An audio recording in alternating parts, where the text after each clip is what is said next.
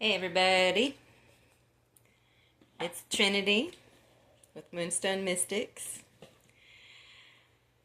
and I'm here to do a 12-step tarot reading. If you notice, I'm a little frustrated, but that doesn't mean that I shouldn't do the work that my higher power tells me to do.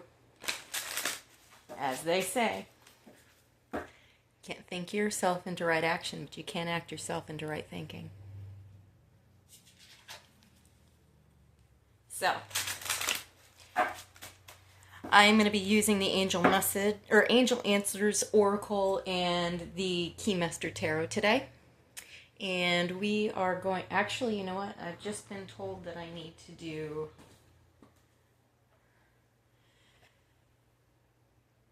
Psychic Tarot for the Heart instead of the Keymaster Tarot. And my guide said it's because you're crabby and you need some loving messages for yourself today. So, let's go ahead and ask Spirit what it is that we're supposed to be talking about, because I was going to do one on step 2, which is came to believe that a power greater than ourselves could restore us to sanity. Because that is really the nuts and bolts of it. Again, the only step that you have to take perfectly is step 1, admitting that you're powerless over alcohol if you want to stay sober. But if you want to get recovered, step 2 really needs to be given a good shot. But I'm going to let Spirit let me know what we are supposed to do today. What would you like to talk about today, Spirit? 4. So we've got the heart chakra. Let's go ahead and pull some cards, because I'm actually not so sure that we're supposed to be talking about the 4th step right now. Which is, in case you don't know and you're not affiliated with the 12-step program, that is making a fearless moral inventory of ourselves. Which, hey, that's an important thing to do. Noticing your own patterns. Recognizing your own BS that you contribute to the world so that you can heal it, because we can't heal what we don't know. And oftentimes, we are at a complete loss as to why we do what we do, and that's where we figure it out. All right, so I got 2 messages here. I'm going to go ahead and go with the first one, and then we'll go with the second one. All right, so again, the first card out was the heart chakra. That's card number 4.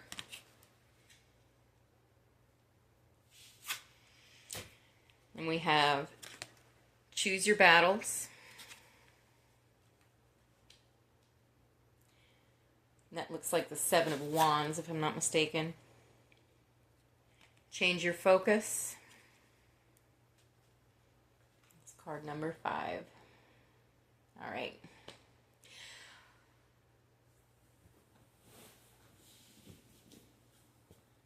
Okay. Okay. I see exactly what we're supposed to be talking about right now. It is centered around the serenity prayer. If you don't know the serenity prayer, it's God grant me the serenity to accept the things I cannot change, the courage to change the things that I can, and the wisdom to know the difference. There has been a lot in my own personal life that I have no control, that's been going on that I have no control over. And, there are certain things that I can change and I can take action on, and I have resisted doing that. But at least I have the wisdom to know the difference between the two, I think. But what this is basically talking about is being able to accept difficult people, accept difficult circumstances, accept principles that the majority of people in our stratosphere may buy into, and yet, we maybe don't agree with them. It was not that long ago that, women were told that they had a certain station in life and they needed to stay there. we still struggle with getting paid an equal amount. It's getting better, but it's not quite there yet. And let alone if you have a different color skin.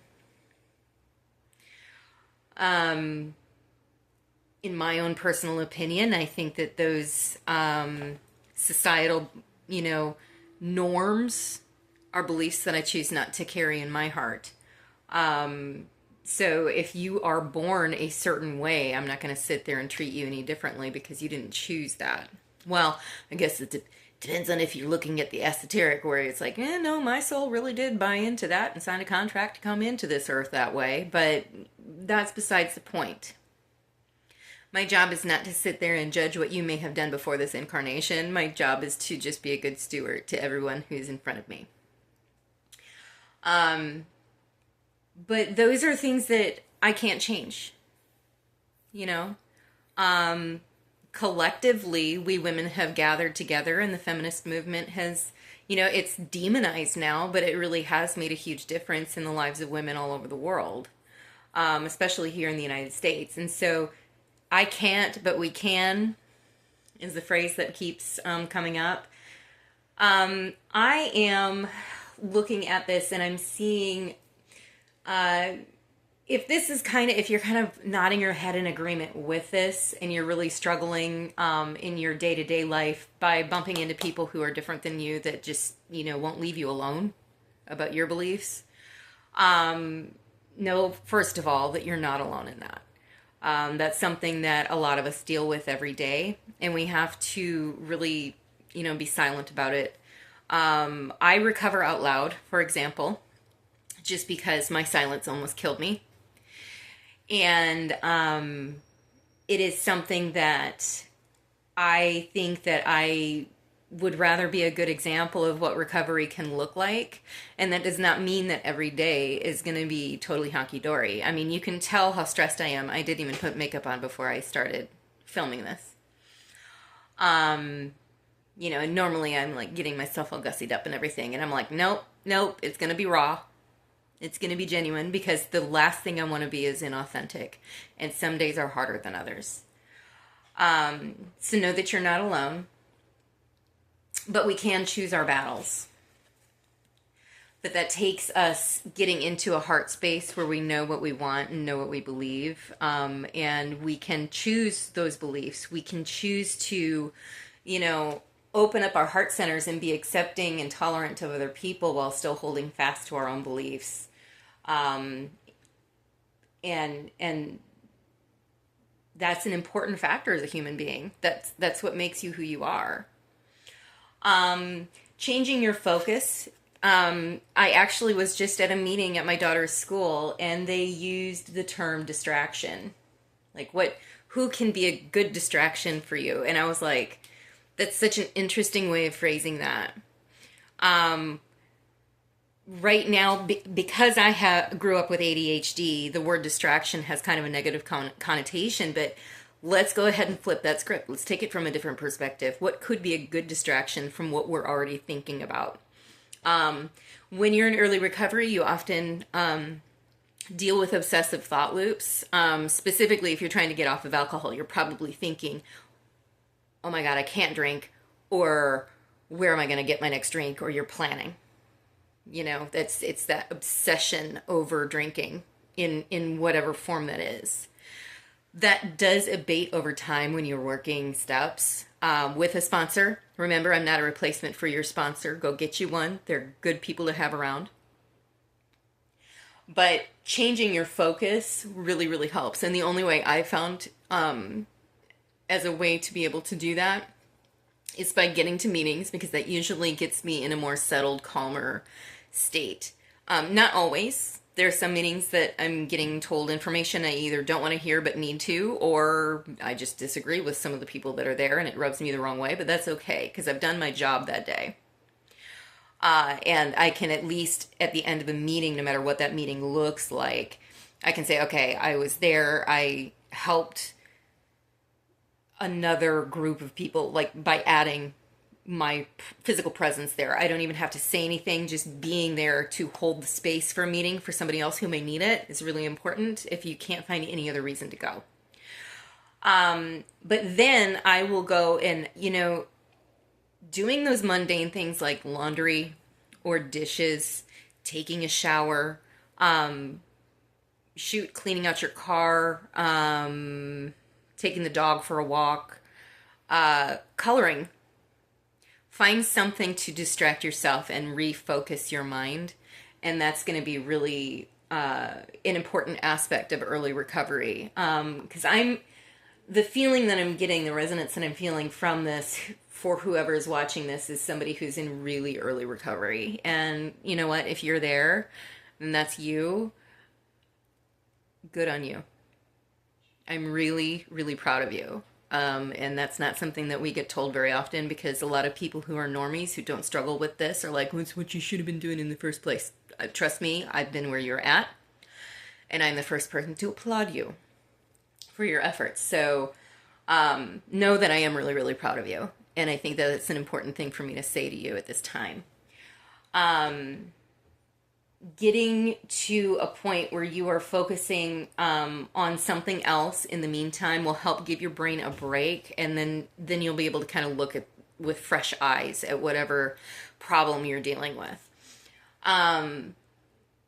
Also, keeping your focus on yourself and your own recovery. This is the one time that we actually encourage you to be selfish, is when we're talking about recovery and we're talking about things that you should be doing for yourself in recovery. Because too often it is really easy for us to start pointing fingers at other people or wanting to help them fix their problem when we have our own problems to fix. And right now, your job is to fix yourself because you literally can't help them. I don't care what their problem is. You can't help them. You can help yourself. So that's the first message.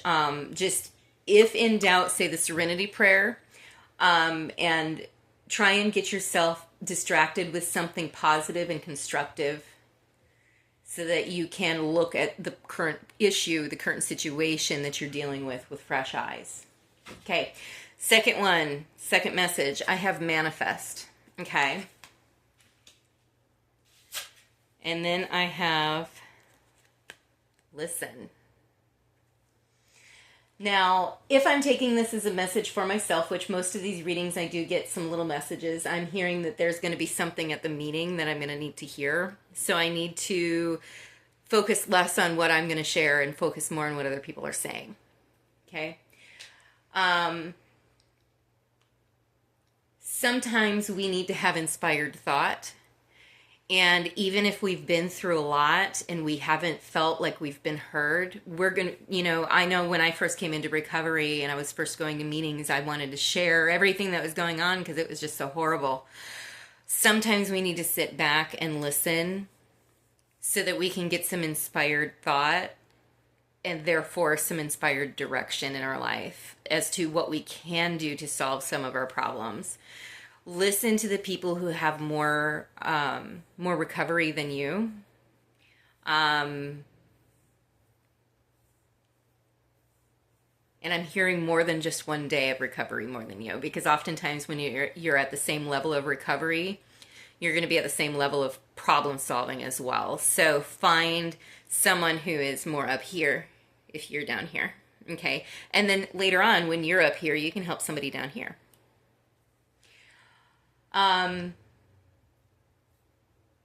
There's a dual message in this one. I'm going to go ahead and clear this one away. And I'm being told that the angel answers is going to be what will inform this. So let me go ahead and clarify with that deck. So again, I've got manifest and listen. Oh, we've got, which is funny because we're talking about 12-step tarot. 1, 2, 12. But this is the magician and the high priestess. Okay. Which I love the fact that they came out in sequence because I've used that deck a lot and I've shuffled it a lot. So the fact that they came out together is wonderful because they're kind of, in a way, counterparts. I know some people say that the Hierophant and the high priestess are counterparts, but I look at the magician and the high priestess as counterparts. The magician has all of the tools and he's ready to start manifesting.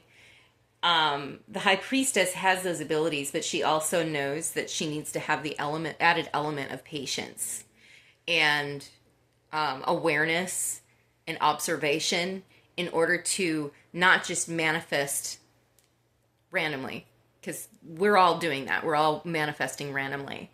But if you want to manifest with intent, you need to take a step back. You need to be in the position of the observer, and then looking for, hold on, I'm getting a channel message, looking for people who have the life that you want, and then seeing what they have done in order to manifest that, and then replicate that. It was like step-by-step instructions. I appreciate that, Spirit. All right. So can you clarify, manifest, and listen? Please. Oh, all right. Okay. All right. So choose a new direction is the first card, and then trust is the second card. Okay. All right. So it sounds like this is more advice. Like go to a meeting and align yourself with people who seem to. The book says, or there are some people in the program. I can't remember if the book actually says this or not, but there are some people who say to, hang out with the winners, and that gives me a bad taste in my mouth. I really hate that, because I hate looking at my recovery as a win or lose. I prefer to look at it as a life or death scenario. Find those people who are not just surviving, but truly living fulfilled lives. Those would be what I would define as a winner for myself. So find those people and then replicate it so that you can choose a different direction to walk in. But that is going to take an element of trust on your part. That is actually the action that I'm hearing you need to take, is to trust. Like, find people that you can trust. But the only way you're going to know that is if you're able to discern that. The only way you're going to be able to discern that is to sit and pay attention and listen to what people say. Observe how they talk to others. They may share a really good, inspiring little story from their seat, but be an absolute asshole outside of the meeting house. So, you don't really want people like that either, because they seem to walk all over people. So pay attention to who you're aligning with. And again, a lot of times the only way that you're going to be able to discern who those people are is by observing them and hanging out with them for a little bit of time.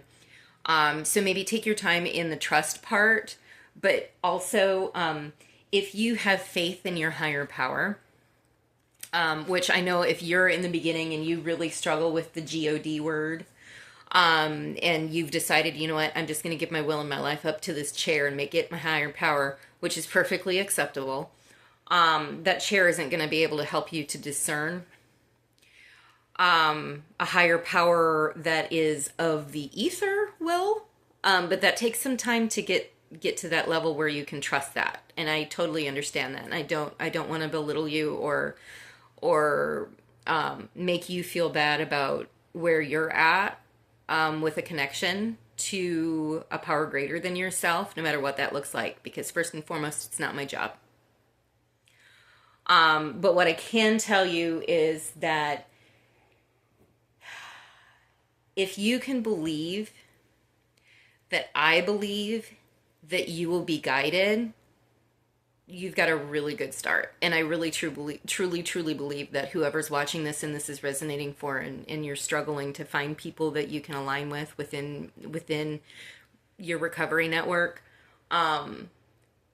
first and foremost, know that I'm rooting for you. But second, know that I have walked this path for long enough. And I am extraordinarily open-minded, and I don't shove my religious beliefs down people's throats. So I'm very accepting of how God comes to you, or how the universe comes to you, or how your higher power comes to you, whatever that looks like. Because, again, it's not my job to tell you. It's of your understanding, not mine. But if you can learn to trust, like I have, which just takes walking through it, unfortunately, and that's the bad news. You can't just, say, yes, I trust, and then have all of the, butterflies and uncertainty go away out of your body. That just takes experience. But I promise you, the more you allow yourself to sit in those butterflies and just wait for miracles to happen, the more they will. And then the more you'll be confident that those miracles will continue to happen in your life. That has been my experience, and where I have found my strength and where I have found my hope. So, anyway, I think that this is it for today. I'm going to go ahead and leave it here. Again, if you are new in recovery, like I think you are, if this is resonating with you, know that I am super, super proud of you. I love you already, for what you're choosing to do with your life, because it's a really hard, challenging thing to do. And I know I just told you, but if no one's told you today, which I hope they have, but if they haven't, know that I do love you. So take care.